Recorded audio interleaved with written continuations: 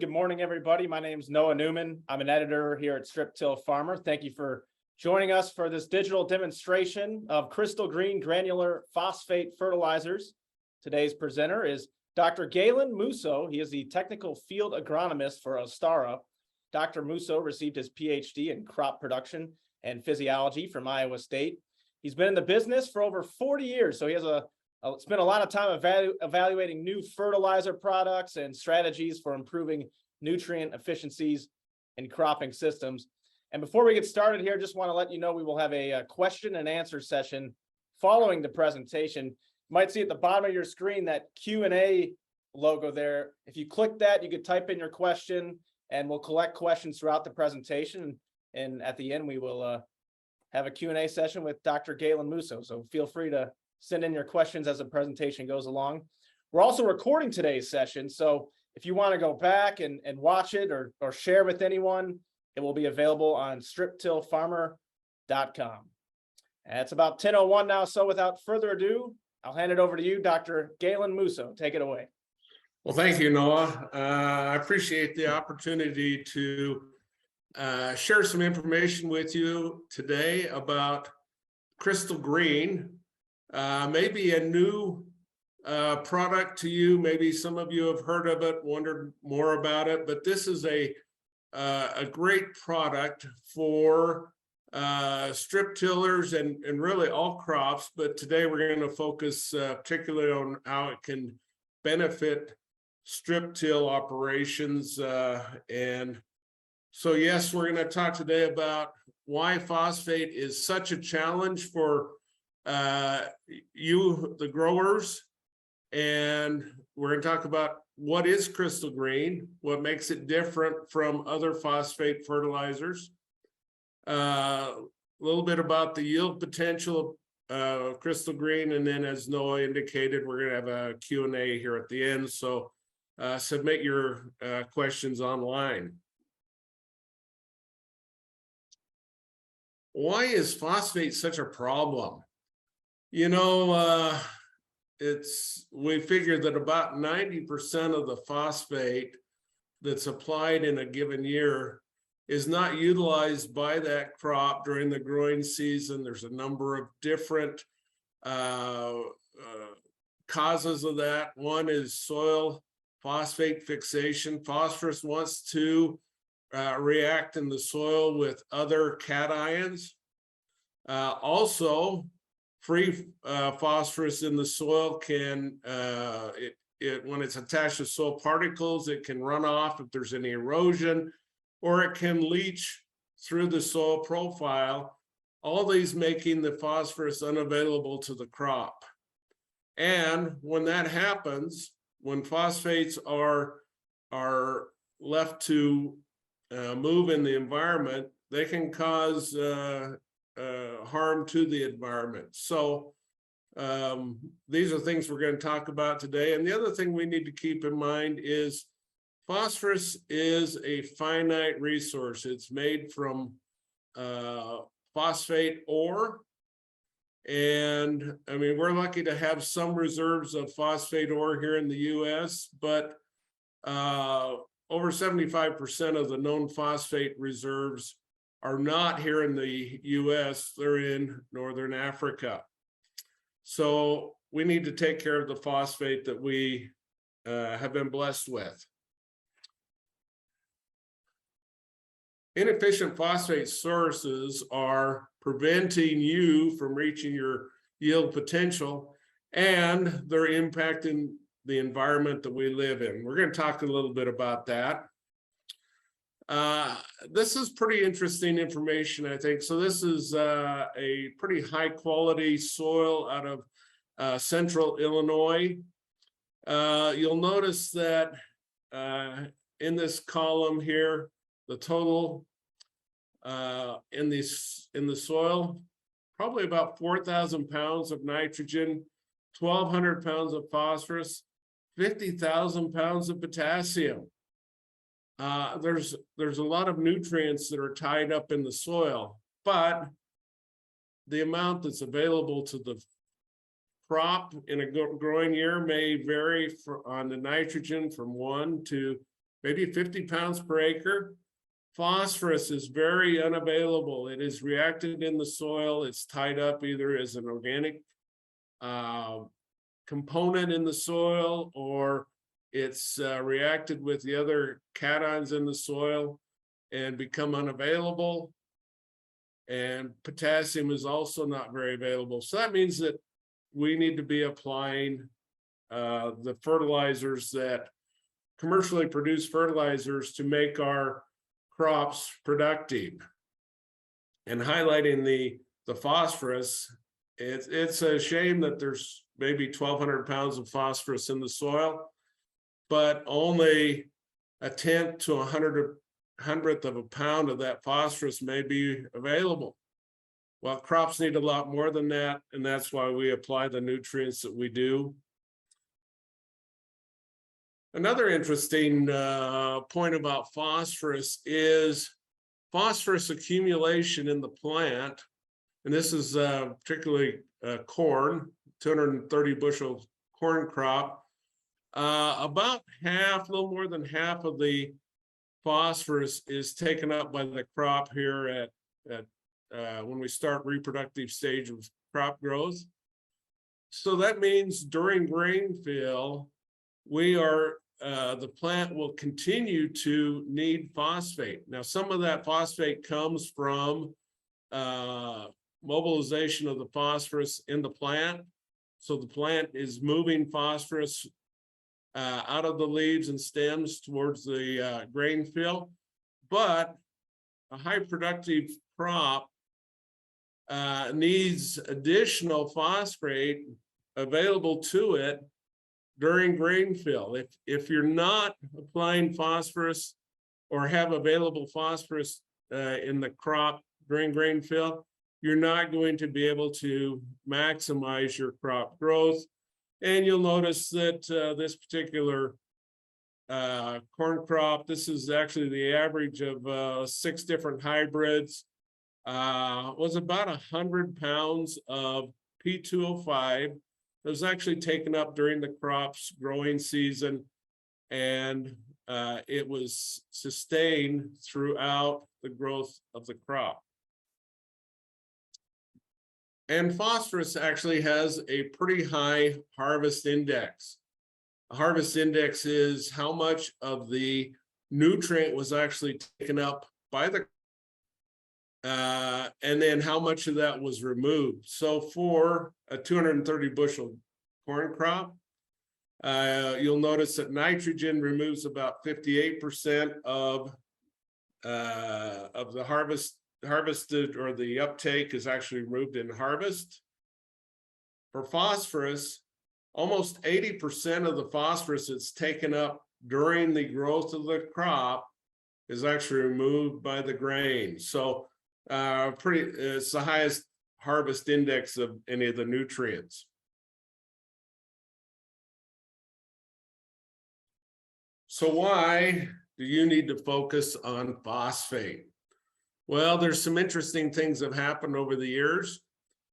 Plant populations continue to increase. We're putting more plants per acre in the field.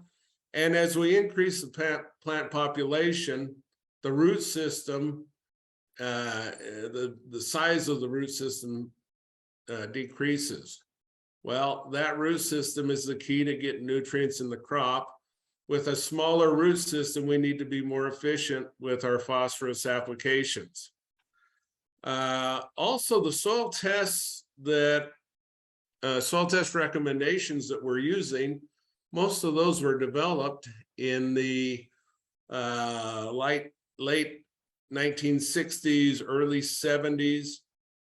Those recommendations were not developed for the modern highly productive hybrids that we're currently planting. Soil test P is also, if it's low during the grain fill period, that corn requires season-long accumulation. So for all of these reasons, I think you probably all are focusing on phosphate, and especially for strip till farmers, how we can make that phosphate more efficient. Other important thing for us to keep in mind is we're losing phosphorus to the environment. This particular map shows the Mississippi watershed. And as you look at the different watersheds within the Mississippi, the increasing darkness, so this darkest color here is more than 3.1 pounds of phosphate that is lost per acre based on the models of the Mississippi water drainage. And of course, this is the heart of the Corn Belt. If we're losing phosphorus down the river, it is causing problems.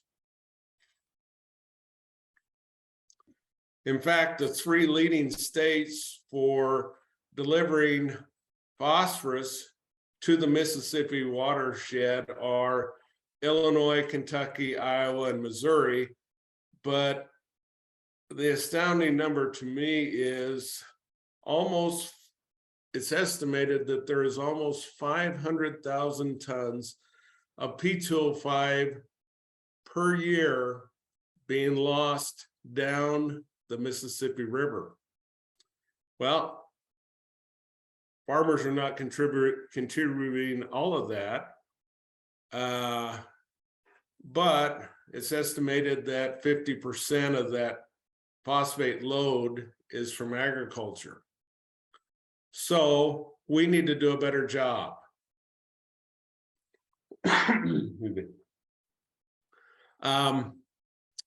And that's one of the reasons why I think y'all are looking at and practicing strip till in your farming operations. How can we keep that phosphorus where we put it? There's certainly need for more efficient phosphate, and I think that strip tilling is certainly an important part of that, where we are protecting the environment from the loss of not only phosphorus, but also nitrogen and other nutrients. That's why we're here today to talk about Crystal Green. Crystal Green is a granular phosphate fertilizer. You're probably well familiar with MAP, monoammonium phosphate, DAP, diammonium phosphate, triple superphosphate.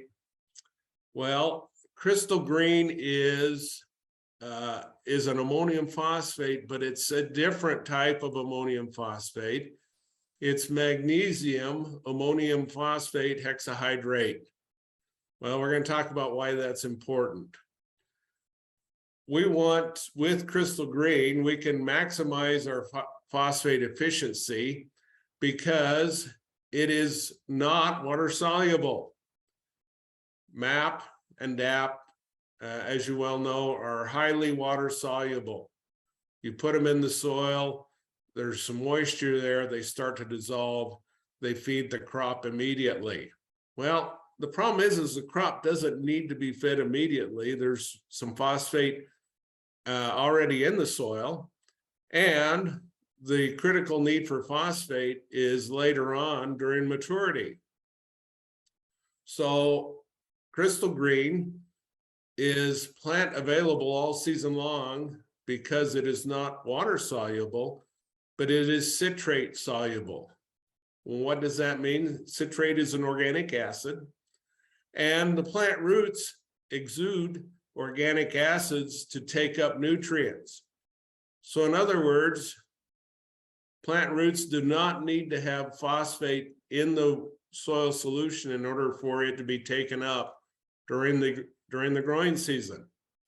Because of this, we can reduce the environmental losses due to soil phosphorus fixation, and it stays where we put it. and it's there when we need it. It's important for crystal green to be incorporated into the soil. It keeps it from moving off-site, and it is very compatible with other nutrients. Your potash, your nitrogen, there's no problem there, and it is recognized as part of the 4R nutrient stewardship program.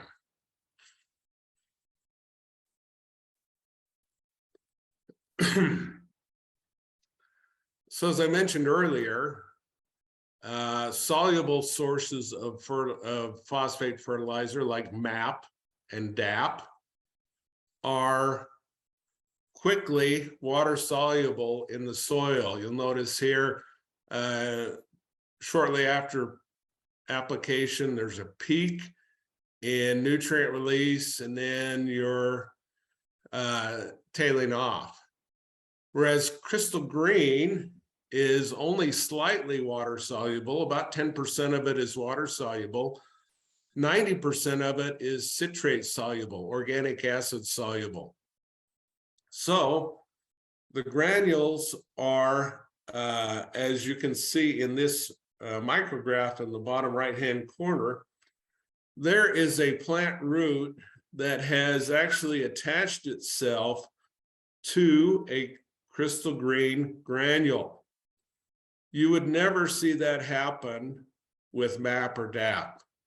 But with crystal green, because it has a low salt index, it is very plant root friendly, and it does not kill plant roots like high salt index fertilizers can.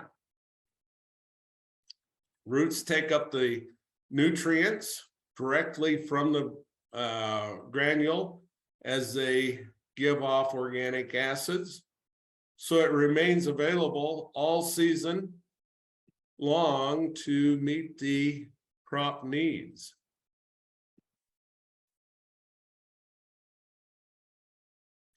Here's a picture of a plant root that's actually exuding an organic acid, which then can be used to dissolve and take up crystal green. The soluble ammonium phosphates, DAP and MAP, are about 90% soluble in the soil. So as soon as there's moisture in the soil, they start dissolving immediately. Whereas crystal green is the inverse of the soluble phosphates. Only 10% of it is water soluble. 90% of it is citrate soluble, meaning that it does not move with the water in the soil, the soil moisture. It's right there for the plant to utilize throughout the growing season. If the plant doesn't need it, it won't take it up until it needs it.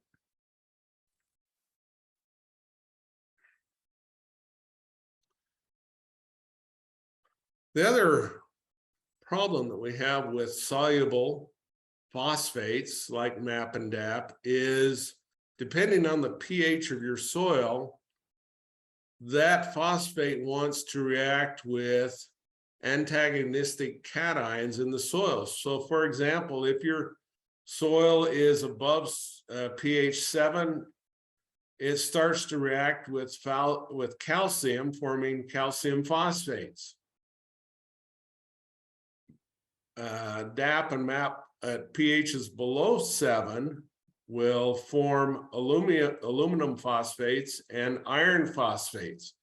Those are not water soluble and they're not plant available. Whereas with crystal green, it remains available throughout all the pH ranges. It doesn't react with the antagonistic cations in the soil. And we also are proud of the fact that crystal green does not leach. This is an interesting study out of Auburn University that was done on some lysimeters. So in this particular study, MAP, 100 pounds of P2O5 per acre, are the blue diamonds.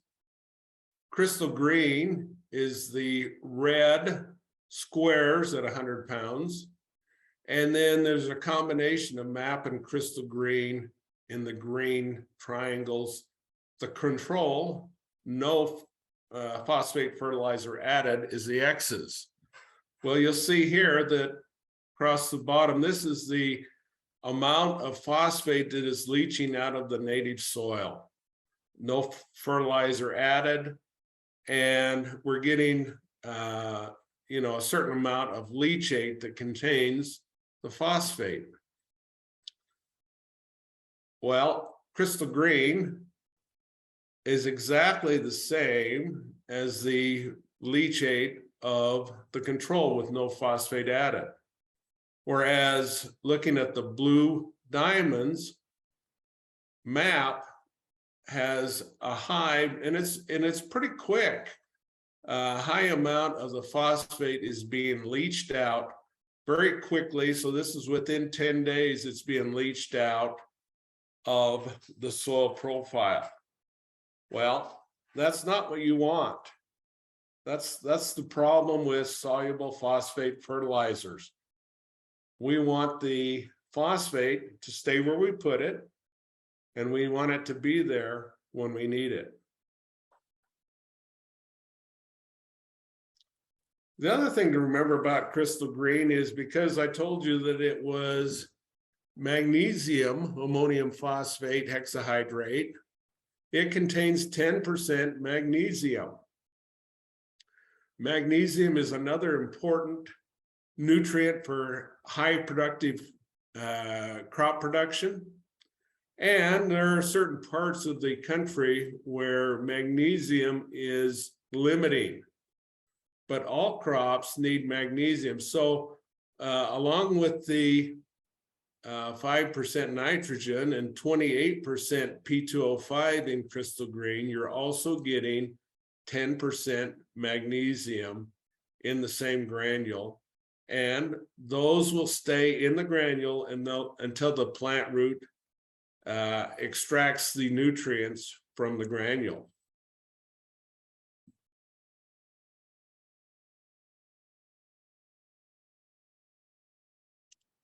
So crystal green is not water soluble. The ammonium phosphate sources are highly water soluble. They release quickly in the growth cycle of the plant. So you plant the crop, it's fertilized, all of a sudden the plant starts growing, and it doesn't need all of that phosphate. It needs it later on in the growth cycle. Also, the ammonium phosphates will tie up with the aluminum, iron, or calcium in the soil. And it's mobile, it'll move. We know that because it's ending up in our rivers and streams. Whereas crystal green is not water soluble, it's organic acid soluble. Plants will have access to it throughout the growing season. It doesn't tie up in the soil, and it doesn't leach or run off. What a great combination for strip tilling operations. In fact, I think that this is just a great fit for strip tillers, because especially if you're doing fall applied fertility applications, you come back in the spring, the fertility is, your phosphate's already in the ground, it's ready to go, it hasn't been tied up, and it's ready there for the crop to utilize it. A couple of studies out of University of Illinois with Dr. Below.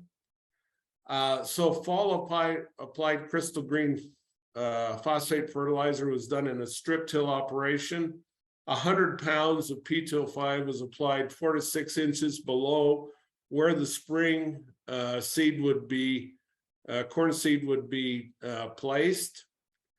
And you'll see that highly productive soils here, untreated controls producing 260 bushel per acre, 100 pounds of P2O5, only 2 pounds or only additional 2 bushel per acre of corn was produced. But by having a combination of crystal green and diammonium phosphate, so 25 pounds of crystal green, 75 pounds of phosphate from diammonium, I should say that better, 25 pounds of P2O5 from crystal green and 75 pounds of P2O5 from DAP produced a significant yield increase. That was in 2018. Similar study in 2019. Once again, this was applied in the fall. Come spring, it was seeded. 100 pounds of P2O5 was applied either as DAP, or in this case, it was a combination of 38 pounds of P2O5 from crystal green and 62 pounds of P2O5 from diammonium phosphate. Significant yield increase. This shows us how effective the crystal green can be, especially in strip-till operations. Crystal green has been tested on a number of different crops. On corn, an average 9 bushel per acre yield. Soybeans, 2 bushel. Wheat, almost 5. We have a very big presence in the Canadian prairie on canola. Lots of crystal green going out in Canada already. Potatoes, sugar beets, tomatoes. And in all of these different types of scenarios, we're not completely replacing the phosphate. We're adding a portion of the phosphate as crystal green to a complete fertilizer package and providing it, and it's providing season-long phosphate nutrition. You know, a few pictures up here on the right. So conventional fertilizer on the left, crystal green on the right, soybeans, wheat, canola, very, very good results throughout a number of different crops. And we have looked at the effect of crystal green on the environment through some life cycle assessments. These were done in 2022. You'll notice that it's been estimated that for corn, crystal green decreases the global warming potential. It decreases the freshwater eutrophication problem that's going down the Gulf of Mexico. And it also decreases the amount of phosphate rock that is being mined. So crystal green has an environmentally sound footprint, and it's also been looked at on a number of different crops.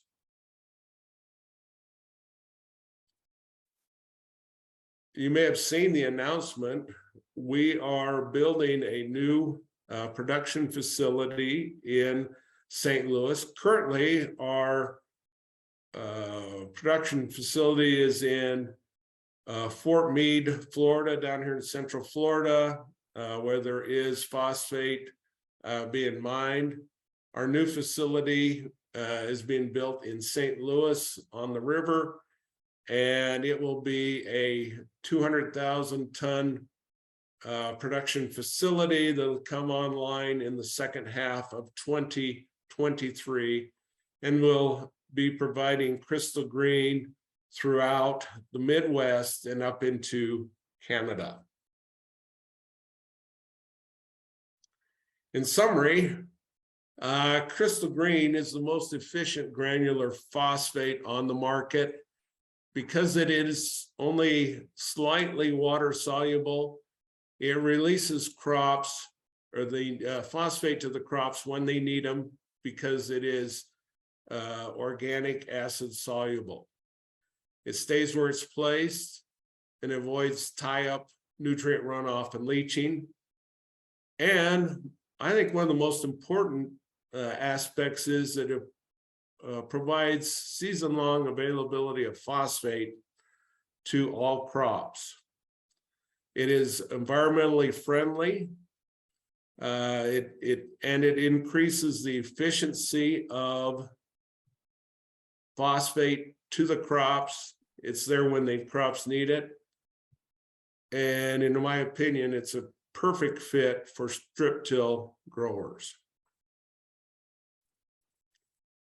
With that, I finishing up here, Noah, and you may have some questions that have come in that you want to get us started with. Absolutely. And again, if you're just joining us, you could type in your questions. If you have any questions, you see the Q&A icon at the bottom of your screen. Just type in a question.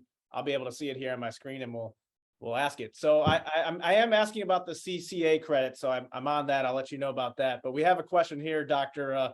What is the pH of Crystal Green as compared to DAP or MAP?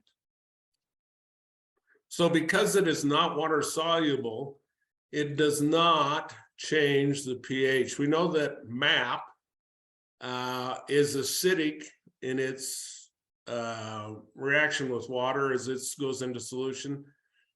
DAP is basic. Crystal Green, if you put it in water, it doesn't dissolve. It doesn't change the pH. There's no reaction there. It's only organic acid soluble. All right. Well, I've got one for you. You mentioned how it's perfect for a strip-till system. So how can Crystal Green be incorporated into a strip-till system? Yeah, very easily, working with your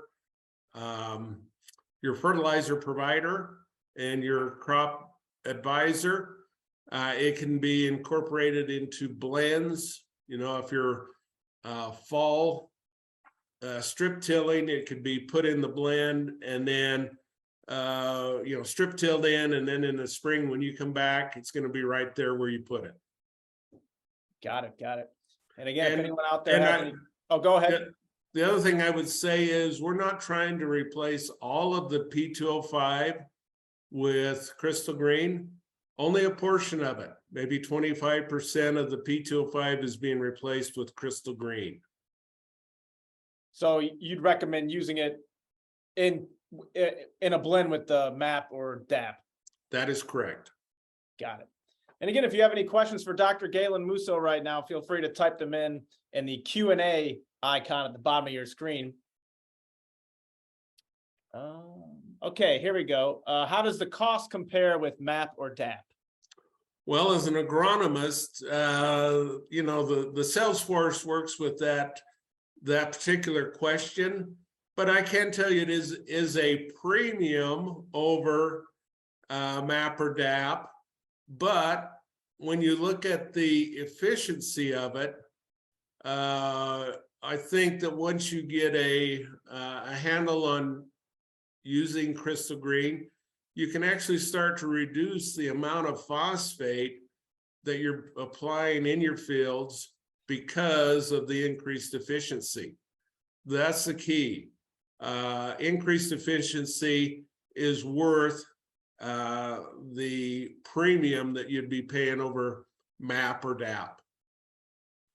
And then we have another question here. How did you come up with the percentage of Crystal Green in a fertilizer blend? I think they're referring to, I think you said 25%. So. Yeah, that's a good question.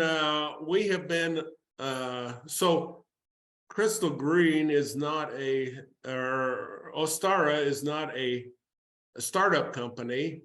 We're a ramp up company. We're ramping up. We're going, increasing the production of Crystal Green because of the popularity of it and the environmental friendly footprint. we have many different studies that we have been looking at these particular, different crops, different rates, different ratios. For example, in Canada on canola, we're doing a 50-50, 50 crystal green, 50 MAP. And so we're customizing, and because it's in a blend, you can, play with those numbers. You can adjust those numbers to come up with ratios that we think will work very well for growers of all different crops. And I guess the other thing is I would throw out there, we need to be looking at other things in the field. What's the soil pH? What's the previous crop? What's the soil test P? Cation exchange capacity, all those things that your crop advisor are looking at will feed into what ratio you might want to be looking at in your operations. All right, several more questions pouring in. Here's one. Does crystal green move into the plant more easily than DAP?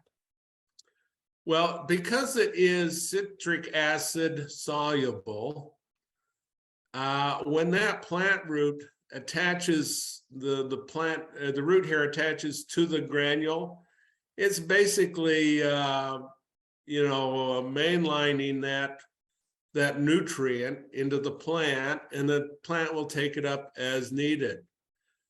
From an energy standpoint, I'm not sure it's any less energy, but it is certainly much easier. We want that crystal green to be in the area of the soil that is going to be where the roots are at. And then the plant can take it up directly. Very easy for the plant to get all the phosphate, nitrogen, and magnesium out of the granule. All right, here's another question. At what temperature does it come available in the spring if it was applied in the strip? Well, it is not temperature sensitive to uptake. So I think the real question is, what temperature is your seed going to germinate and start producing roots and root hairs so that it can attach itself to the crystal green granule. Crystal green is not temperature sensitive for uptake like MAP and DAP would be soluble phosphate sources. Another question from one of our attendees. Any concerns for using 100% crystal green instead of MAP or DAP? We have looked at that, and I guess my concern would be, I'm not going to give you a blanket statement on that. Once again, it depends on what crop you're using it with. What was the previous crop? What's the history of the field? Is there soybeans where there's, going to be crop residues that are breaking down? Or, what's the soil test P? Is there already a lot of phosphorus in the soil that may become available to the plant during the growing season? So all of those things, I think, need to be going to that decision on how to utilize crystal green. All right, here's another one. With increased efficiency of crystal green in a blend with MAP or DAP 25% to 75%, would reducing overall P2O5 to a lower level to some degree be recommended? Yes, and we're looking at that very closely. We're going to have out this fall in the neighborhood of 125 large-scale grower demonstrations throughout the geography on not only corn but other crops. And we're looking at a 75% of the recommended soil phosphorus application, or in other words, a 25% reduction in all those different trials. So we're getting a better handle on that? The answer is yes. You can start to look at reduced applications of P2O5 on your crops with Crystal Green. Mark wants to know, where can a producer order or purchase it? So it's a good question, Mark. We, if you go to info@ostara.com, we have regional sales managers throughout the Midwest that are available to answer those questions. They're working with different retailers. We have a lot of interest from retailers, as you can guess, not only for strip till, but for other applications. And so, yeah, go to info@ostara.com. If there's technical questions about Crystal Green, I'm available with my email address there, and we'll get information to you. All right, we still have about 15 to 20 minutes left if anyone else wants to ask some questions in the Q&A icon at the bottom of your screen. Here's another one. How is Crystal Green made? So I can tell you, originally the Crystal Green was being made from recycled nutrients, from phosphorus out of industrial and municipal waste streams, but we just can't make enough of it that way. And so we are now making Crystal Green from monoammonium phosphate powder. And in the process, we're converting it from monoammonium phosphate to magnesium ammonium phosphate hexahydrate. And it is a patented process that we use. This product has a common name of struvite. Maybe you've heard of that name before, but Crystal Green is struvite. That's a common name, but it is the magnesium ammonium phosphate that makes it not water soluble, but organic acid soluble. That was a perfect timing on your part, because Tom just typed in as struvite like Crystal Green. So yes, you answered that right there. Here's a question from me. Is Crystal Green seed safe? Yeah, so that's important, Noah. Crystal Green has a very low salt index, among the lowest. If you're familiar with MAP, it has a salt index of about 27. APP, ammonium polyphosphate liquid fertilizer, has an index of 20. Crystal Green has a salt index of 8. So it is among the very safest. All of the fertilizers that we apply to crop production are salts. They all have a salt index. The saltiest fertilizer that producers are going to apply to their crop would be potash, with a salt index of 120. Urea has a high salt index, but because it is seed safe, you saw the micrograph of the root hair that actually attached to the granule of Crystal Green. You would never see that kind of a graph with DAP or MAP. That's just not possible. All right, well, I think that wraps up the Q&A session. Thank you, Dr. Galen Musso, for your time, and to all of you out there for joining us this morning and for your questions. And again, friendly reminder, today's presentation will be made available on strip-tillfarmer.com. So if there's something you want to go back and check, or if you want to share this with a member of your crew, neighbors, or anyone else, we'll send out an email within about 48 hours to you of the recorded presentation. So be on the lookout for that.